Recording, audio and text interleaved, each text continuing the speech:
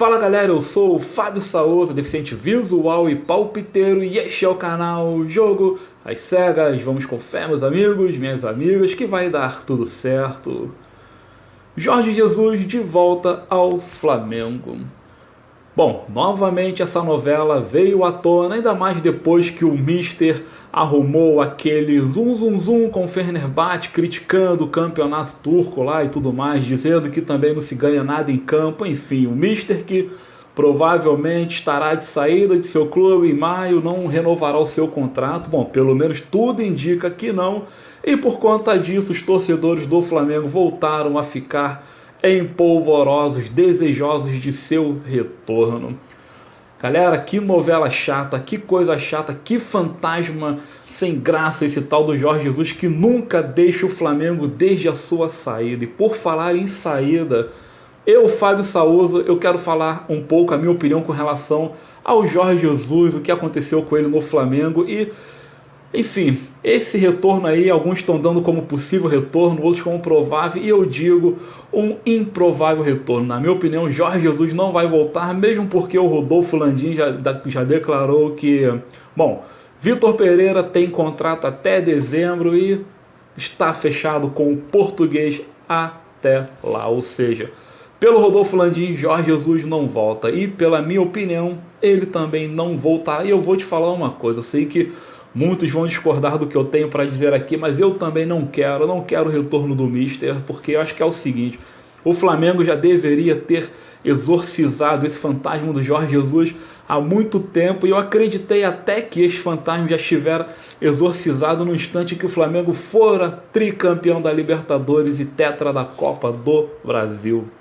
O Flamengo ganhou vários títulos depois que o Mister foi embora, então eu não vejo a menor necessidade de ter todo esse clamor pelo seu retorno. Vamos lembrar, galera, que quando Jesus foi embora, a torcida em peso, 100% dos torcedores estavam implorando que ele ficasse, a imprensa queria que ele ficasse, só quem queria que ele saísse eram os torcedores rivais e a imprensa bairrista que joga contra o Flamengo. Do mais, todo mundo queria que o Mister permanecesse no rubro-negro. Ele... com suas próprias convicções e não querendo respeitar nada, nenhuma opinião alheia, simplesmente deu as costas pro Flamengo e foi embora, sob a alegação de que estava se sentindo abandonado, sozinho, longe da família, era tudo muito incerto por causa da pandemia. Mas é o seguinte, galera, naquela época estava incerto para todo mundo. Porra, se você tá numa empresa a qual está te pagando muito bem e todos estão querendo que você permaneça naquele cargo só porque rolou uma coisa incerta, e assim, ó, incerta para todo mundo, você simplesmente dar as costas para aquele projeto que tanto dependia de você. O Flamengo dependia muito do Mister naquela época, ele não levou em consideração e simplesmente foi embora. Então assim, ó, na época eu encarei como traição e encaro até o presente momento. Para mim, Jorge Jesus traiu o Flamengo, traiu seus torcedores, traiu todo mundo que o havia abraçado. Bom, lembrando também que nesta época ainda o Flamengo já não estava jogando bem. O Flamengo, na verdade, terminou o Brasileirão de 2019, depois que foi campeão, é claro, depois que se sagrou ali, na época, heptacampeão. Na partida até contra o Grêmio, o Flamengo tinha sido campeão antecipado jogando contra o Vasco, e o título veio depois que o Grêmio deu aquela derrapada lá. O Flamengo acabou sendo heptacampeão sem entrar em campo em 2019. Mas o fato é que a partir dali o Flamengo já não vinha tão bem, os outros clubes já estavam começando a manjar o jogo do Flamengo, o jogo do Jorge Jesus, então estavam começando sim a neutralizar o seu sistema. E quando começou a temporada de 2020 no Campeonato Carioca, o Flamengo estava completamente desarranjado, o Fluminense havia passado por cima da gente.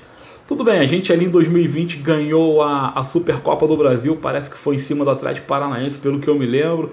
Depois ganhamos a Recopa Sul-Americana também, mas enfim, quando começamos para valer no estadual, o Flamengo começou a desandar e o Mister aparentemente já não tinha mais tanto controle sobre aquela equipe. Se ele iria arranjar uma solução, ninguém pode afirmar, uma vez que ele abandonou o projeto. E ele mesmo havia falado que deveria apresentar novas soluções, já que teriam tantas perguntas a serem respondidas, ele teria que trazer respostas novas para surpreender a todos. Mas o fato é que quando ele deixou o Flamengo já não estava mais rendendo e só Deus sabe o que iria acontecer naquela temporada. O fato é que o Mister deu as costas ao Flamengo, o Flamengo ficou à deriva, depois começou a bater a cabeça com um bando de treinador que não deu certo, acabou sendo campeão com Ceni meio que no sufoco, acabou sendo campeão depois também com Dorival, enfim.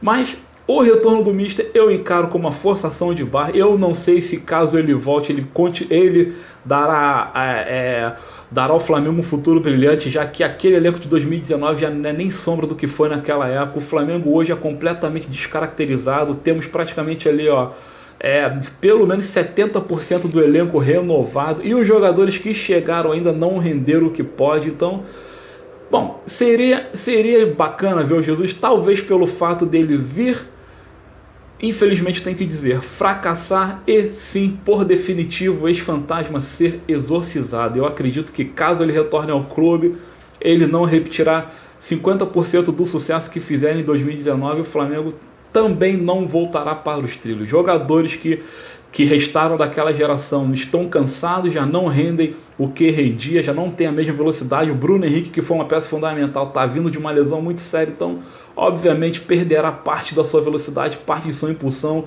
O Gabigol também não é nem sombra daquele jogador de 2019, o Gabigol vem perdendo muitos gols. O Arrascaeta só vive lesionado com aquela questão do pubis. O Everton Ribeiro está praticamente deixando o Flamengo está se amarrando para renovar o contrato dele. A parte defensiva é completamente nova, enfim. O retorno do Coringa se provou um grande erro. Então é o seguinte, acho que se Jesus voltar, vai pegar um clube completamente bagunçado, um elenco completamente reformulado e um Flamengo completamente desarrumado. E eu acho que nesse caso nem Jesus salvará. Bom, Jesus que está aí sendo cotado para ser o próximo treinador da seleção brasileira, claro que todos estão desmentindo, mas caso ele aceite, ele também entrará em uma outra contradição, a qual ele mesmo dissera no outro dia que não é treinador para seleções nenhumas, porque assim, ele gosta da rotina de clube, ele gosta de estar no clube todo santo dia, e quando você pega ali uma seleção, isso não é permitido, né? Então, ele mesmo declarou que não se adaptaria a treinar nenhuma seleção, então se ele aceitar a seleção brasileira, ele está sendo aí um tanto demagogo, né? Mas talvez ele aceite, já que é uma outra era, o cara também já está 3, 4 anos mais velho de quando ele começou a dar essa declaração aí, e também aquilo, né? É a seleção brasileira. Talvez ele aceite pelo fato de ser amarelinho. O fato é que, perguntado agora, parece que foi até no dia de hoje, se ele teria a possibilidade, ele falou, por que não? Quem não gostaria de treinar a seleção brasileira? Então tá aí uma porta sendo aberta pelo próprio Mister, o rei contraditório, Mister, o rei contraditório. Vamos ver para qual lado ele penderá, a seleção brasileira ou o retorno ao Flamengo. Acredito que no retorno do Flamengo não, como disse aqui no início da conversa, o Landim não quer o seu retorno. E eu, Fábio Souza, engrosso esse coro, com todo pesar, devo dizer. Bom, galera, antes de dar seguimento aqui, vou pedir que vocês curtam o vídeo.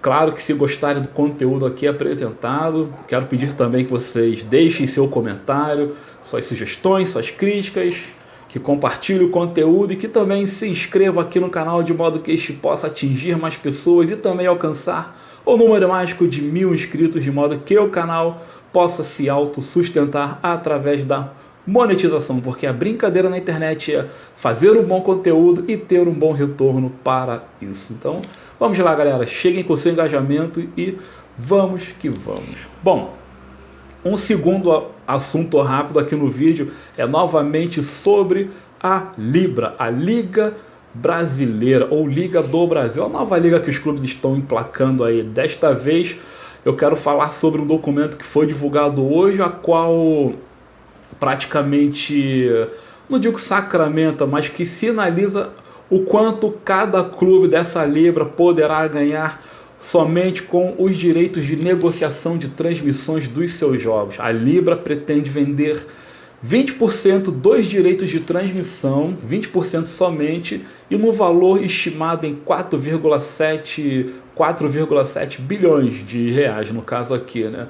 E desses 4,7, 4,5 seriam repartidos para os 18 clubes que hoje entregam a Libra, e obviamente Flamengo e Corinthians faturariam a maior parte do bolo. Saiu na imprensa de que o documento mostra que Flamengo, obviamente, por trazer mais audiência à competição, ficaria ali com cerca de 316 a 317 milhões.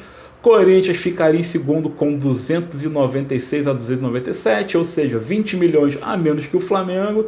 E aí há um grande salto de praticamente 40 milhões. O terceiro clube que mais faturaria seria, em conjunto, Palmeiras e São Paulo, com cerca de 250 milhões desse montante. Quer dizer, olha só, o Palmeiras, que ao lado do Flamengo, o grande chefe do futebol brasileiro atualmente, ficaria praticamente com 70 milhões a menos que o próprio Flamengo nos direitos de transmissão. E este contrato, bom, eu achei um exagero que foi divulgado, mas pelo que eu vi é um contrato válido pelos próximos 50 anos de exploração de 20% da transmissão do principal campeonato que seria organizado pela Libra. São muitos anos, né? Então, 4,5 bilhões por 50 anos de exploração. Claro que 20% somente dos direitos.